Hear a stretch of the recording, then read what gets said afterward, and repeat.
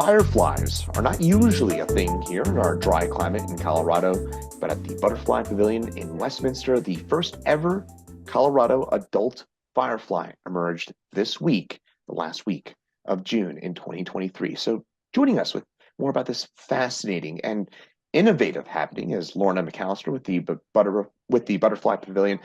Lorna, first of all, thanks for joining us here today. And second of all, if you could just kind of explain all this to us from a broad perspective, the first adult firefly in Colorado emerging after 2 years at the pavilion, correct? Yep, that's correct.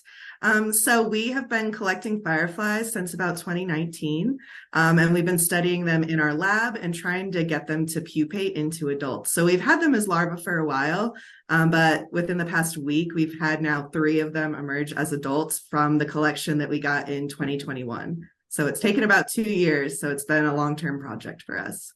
And you said 3 of those now, right? So initially it was 1, now it's 3? Yeah, so yesterday we were over the moon just because we had 1 male emerge, and then just now before this interview, 2 females emerged. Oh, We're exciting. very excited. And of course, having males and females now means that we could breed them and have a second generation born from the ones that we collected in the wild. Very exciting. So, for those of you, by the way, who are watching, we are recording this on Friday, June the 30th. And so you're referencing Thursday, June the 29th here, where these fireflies, where we saw some of them. So, from a broad perspective, what purpose do fireflies serve in the ecosystem, and why is this such a big deal? Yeah, so besides just being a really beautiful, magical thing for us in the summer, they're also great indicators of wetland habitat health. So, like you said, Colorado, it's known for being very dry, but we do have these pockets of wetlands all around the state. And so having these fireflies here means that we have good quality wetlands in these pockets. They're also prey species for other animals, but for the most part, for us to think about is just how great they are at indicating wetland habitat. So, why are fireflies so important for a wetland? What do they do in there that helps keep that in check? I would say they're just part of the overall food chain. They get eaten and they also eat things. So they're actually voracious predators Hmm. of soft-bodied things like earthworms and snails. We feed them snails here in our lab. So they're all part of keeping the populations of other animals in check as well. So fireflies, which are like I grew up on the East Coast, so I was a big firefly collector, Yeah. like every child. But fireflies like this are eating earthworms. Yeah. Hmm. Wow, that's impressive. I did not know that. Always learn something new about this. And by the way, sorry if I come across as a top level guy. Obviously, this is not my area of expertise, which is why we have you on here, Lorna. But so is it the wetland specifically and helping out with the wetland, helping out with wetland specifically? Is what's driving this interest in breeding, so to speak, these fireflies? Is that it? Yeah, I would say overall, it's, we at Butterfly Pavilion have an interest in all invertebrate conservation and research. And so I think we've seen an uptick in interest in things like pollinators and fireflies because people are getting into bugs and realizing how important they are for all of our ecosystems and our food. And so the more that we're studying them, the more we realize how important they are, and people are getting really into them. Because in Colorado, a lot of people didn't even know that we have fireflies. So we're seeing more and more people really get into knowing that they're here. So were fireflies, you said people that know that they used to be here, that they are here. Did they used to be here and then did they go away because of maybe a warming climate that they've dissipated? What's been the history of fireflies in Colorado, and how is this project intended to help that out?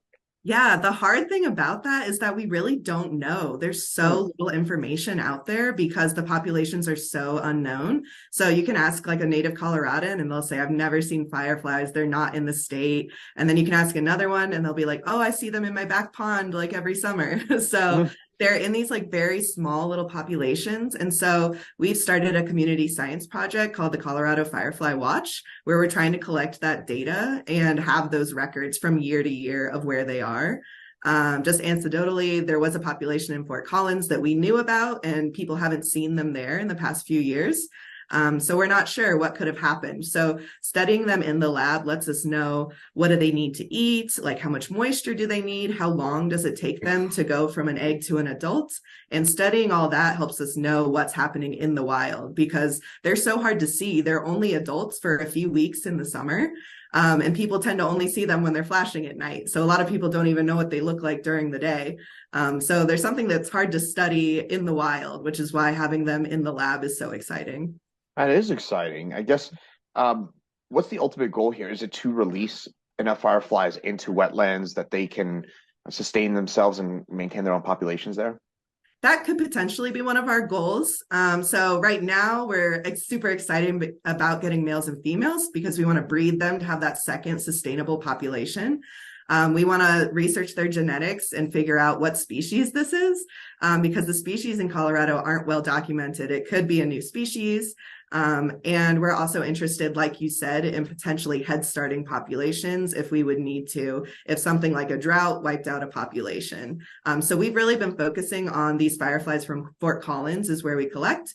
But like I said, they're kind of all over Colorado. So there could be multiple species that we could work with. So walk me through the process. You said you started this in 2019, and here Mhm. we are in 2023, and we're seeing the first adults.